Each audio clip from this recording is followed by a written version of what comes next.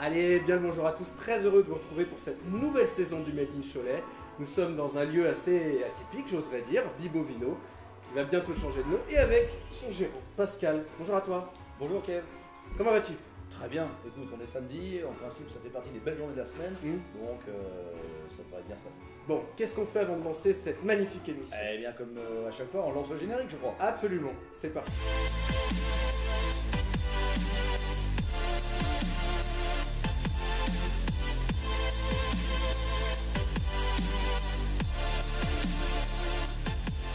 Allez, et donc on se retrouve avec Pascal. Bon, ma première question forcément ça va être l'historique un petit peu de Bibovino. Depuis combien de temps ça existe et surtout comment est venue un peu l'idée du concept? Alors donc moi j'ai créé Bibovino, donc qui était une toute jeune franchise à l'époque, hein. C'est une franchise parisienne qui a été créée en 2013. Et donc moi j'ai ouvert en novembre 2015. Donc le concept m'a plu parce que il y avait trois idées en une. Aujourd'hui Bibovino c'est la partie caviste. Donc on vend du vin uniquement en bag-in-box, la vente emportée, et on propose également cette même gamme sur place dans le cadre d'un bar à vin, et en plus on fait de la restauration. Donc, restauration, bar à vin, caviste, ça n'existe pas aujourd'hui en France. Il n'y a pas un restaurant qui fait caviste, il n'y a pas un bar qui fait caviste, et réciproquement. Donc j'ai trouvé l'idée intéressante. Moi ça fait 35 ans que je travaille dans le vin, et j'ai connu également l'évolution de ce packaging, le bag-in-box, qui représente aujourd'hui 42% du marché du vin. Donc pour moi l'idée était toute trouvée sur Cholet. Il n'y avait pas ce type d'établissement, et avec un emplacement idéal qui a évolué via les arcades Rouget, on est plutôt satisfait. Oui, et comment est-ce que tu es directement, on va dire, un spécialiste restauration, parce que toi tu es spécialiste vin, donc je veux que tu es un spécialiste pour la restauration. Complètement, oui, tout à fait. Donc si tu veux, Kev, je me suis entouré. Moi j'ai commencé l'aventure tout seul pendant 2 ans, ouvert de 10h jusqu'à 2h du matin, du lundi au samedi. Ça devait être dur. Ça devait être dur, mais quand on est passionné, voilà, la fatigue on l'oublie. Et donc en effet, il a fallu s'encadrer de vrais pros. Donc Carole Guégan, qui est issue elle de la restauration et du service, qui a des diplômes dans ces secteurs-là, donc m'a entre guillemets m'a tout appris, et elle est maintenant responsable de toute cette partie restauration, commande, gestion des stocks, etc. Et on fait maintenant avec cette arrivée et l'arrivée de ma femme aussi, des petits plats maison, des petits desserts maison, des petits cafés gourmands, des trucs plus maison. D'accord.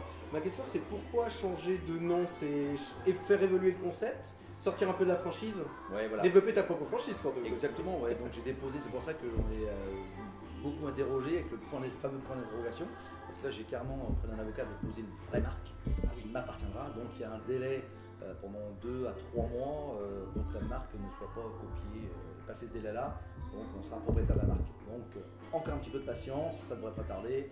Tout est dans les tuyaux, les devis sont signés, on n'a plus qu'à afficher la nouvelle enseigne. Donc un contrat de franchise, j'imagine, avec des nouveaux franchisés. Bah, je sais pas, l'avenir nous le dira, mais après, bon, faut pas s'emballer. Nous aujourd'hui, on reste sur le même concept, hormis les vins Bibovino qui ont disparu.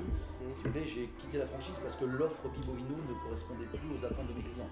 On est dans la vallée de la Loire, faut pas l'oublier, donc l'assortiment Bibovino était très très pauvre.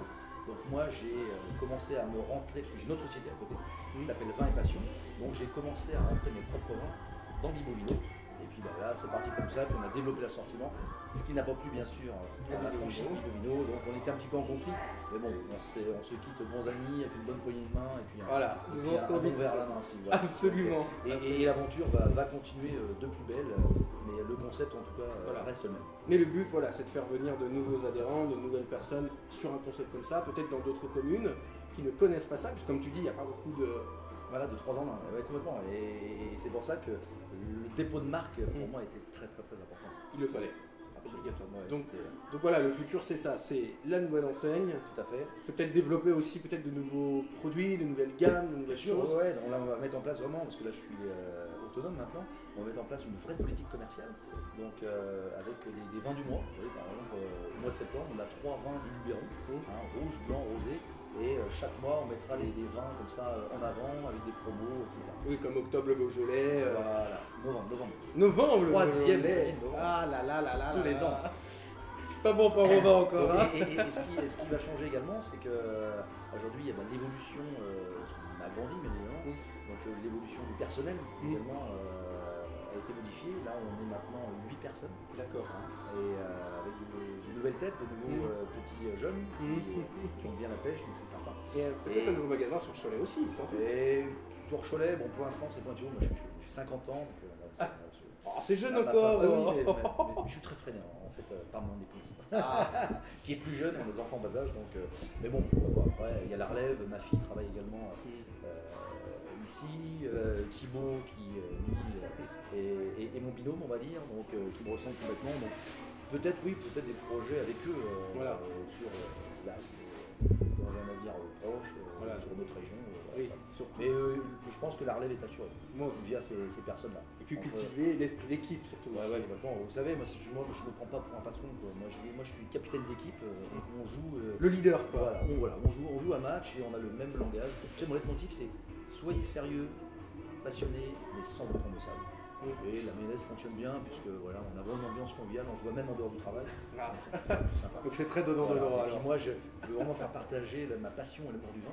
Et donc je les ai même invités à des grands salons comme à Bordeaux, on est parti 2 jours à Bordeaux.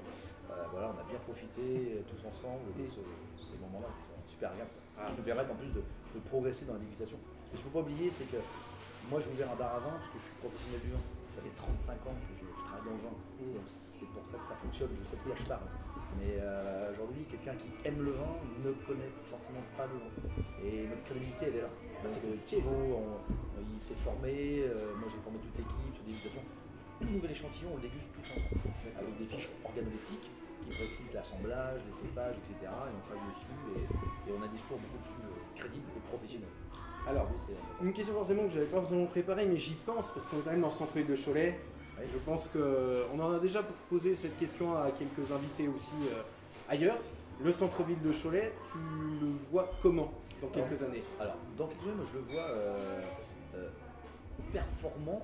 Je parle des arcades Roger. Si vous voulez, pour comprendre les centres-villes en général, que vous allumez la télé, quels que soient les centres-villes de moyenne ville meurent. On entend parler de ça au détriment des périphéries qui s'agrandissent. Alors moi j'ai voulu m'intéresser et comprendre ce problème qui est national. Et donc je me suis investi auprès de Cholet Vitrine, je faisais partie du bureau, j'étais vice-président. Et j'ai en réalité compris pourquoi les centres-villes meurent. Aujourd'hui, les personnes veulent faire du commerce comme il y a 25 ans. Donc être fermé le lundi, être fermé entre midi et 2, et avoir 5 semaines de vacances. Mais c'est fini ça. Aujourd'hui, le business c'est sur internet. Vous appuyez sur un bouton, vous êtes livré le lendemain. Donc si une boutique est fermée, vous êtes sûr de ne pas travailler. Pour moi, ça me paraît une évidence. Nous, Arcades Roger, on a la chance, et je remercie les arcades, c'est peut-être pour ça que j'en suis là aujourd'hui, c'est qu'on a un cahier des charges et un règlement intérieur qui nous oblige à être ouvert du lundi au samedi, de 10h jusqu'à 19h pour les boutiques, moi je suis à Guadeloupe, mais 12 mois sur 12. Aujourd'hui, la définition à centre-ville, il faut que ce soit déjà ouvert, animé et habillé. Et accessible. Vous savez, l'accessibilité, pour moi, je suis dans l'accessibilité, c'est un faux problème. Nous, tous les commerçants, on rembourse les tickets parking. On rembourse les parking via des tickets, c'est vrai. Donc aujourd'hui, voilà, vous allez dans les grandes villes, c'est de plus en plus piétonnier, vous êtes plus accès directement en boutique, en voiture. Moi, je fais le développement de Nantes. Franchement, Nantes, vous avez place du commerce et vous avez une voiture il y a 30 ans. Oui, maintenant c'est en tram. Voilà, exactement. Et aujourd'hui, nous sommes. Et là c'est un passage piétonnier qui est plutôt animé, vert, qui est sympathique. C'est ça. Mais est-ce que tu penses que dans l'avenir, aujourd'hui, il y aura des petits commerces en centre-ville, donc la complémentarité, et les grands commerces en extérieur? Est-ce que tu penses que c'est pas ça aussi l'avenir? Oui, bien sûr, mais de toute façon, il faut que ce soit complémentaire. Il nous faut aujourd'hui des grosses enseignes pour que justement le Choletais n'aille pas à Nantes, n'aille pas à Angers, retrouver des Ikea, des machins, des choses comme ça. Aujourd'hui, si l'offre d'enseigne peut être complémentaire, on a tout à gagner puisque on attirera des gens de la périphérie proche et en plus le Choletais restera sur Cholet. Donc c'est ça, aujourd'hui je pense que l'objectif de maire, quelques discussions là-dessus, et je pense qu'il est là. C'est vrai que c'est plutôt l'avenir, je le vois comme ça, mais il faut que ce soit complémentaire. Vous savez, dans une ville, il y aura toujours 2 restaurants, il y aura toujours 5 opticiens, il y aura toujours... Après, chacun fait... Je pense que le gâteau, il y a à manger pour tout le monde. Ça s'appelle la concurrence. Bien sûr. S'il n'y a pas de concurrence, pas de... Exactement. Tout à fait. Donc pour finir, est-ce que tu as 3 mots pour qualifier ton concept? Ouais, alors tout simplement passion, c'est le mot qui me revient en premier parce qu'aujourd'hui pour faire ce type de choses, il faut être véritablement passionné. Être, je vous dis, 10h, 2h du matin, lundi au samedi, 12 mois sur 12. Ambiance, parce qu'on a vraiment réussi à créer une ambiance via toute mon équipe. Là, je remercie vraiment tout le monde. Et puis la convivialité. Voilà, aujourd'hui, les gens ont compris un petit peu le Bibo Vino, parce qu'ils viennent pour passer un bon moment. Et j'ai de nombreuses réflexions. D'ici, on se croit à la maison. Et je pense que tout est résumé. Voilà, c'est pas faux.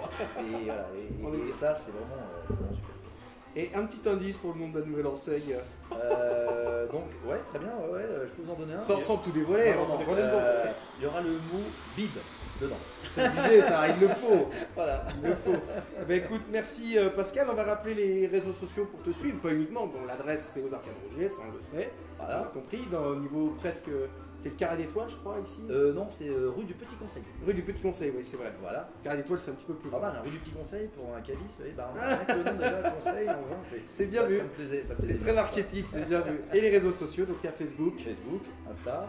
Et ça, c'est plus la partie de Thibaut qui gère tout ça, voilà. Qui gère très bien. Dont on salue. Voilà, ouais, merci Thibaut. donc voilà, puis plein de projets d'avenir sur ce site-là. Parce que maintenant, malheureusement, on est un peu limité en place, on refuse. Et cette période hivernale, pour moi, est assez redoutable parce que moi, je refuse beaucoup de monde. Parce que j'ai qu'une cinquantaine de places à l'intérieur. Et lorsqu'il y a terrasse, une petite centaine en terrasse, donc là, c'est bon. Ouais. L'hiver, c'est un petit peu plus compliqué pour nous. Donc il faut être un petit peu plus patient et surtout penser à réserver. Voilà, c'est très important par téléphone ou les réseaux, très important. Exactement.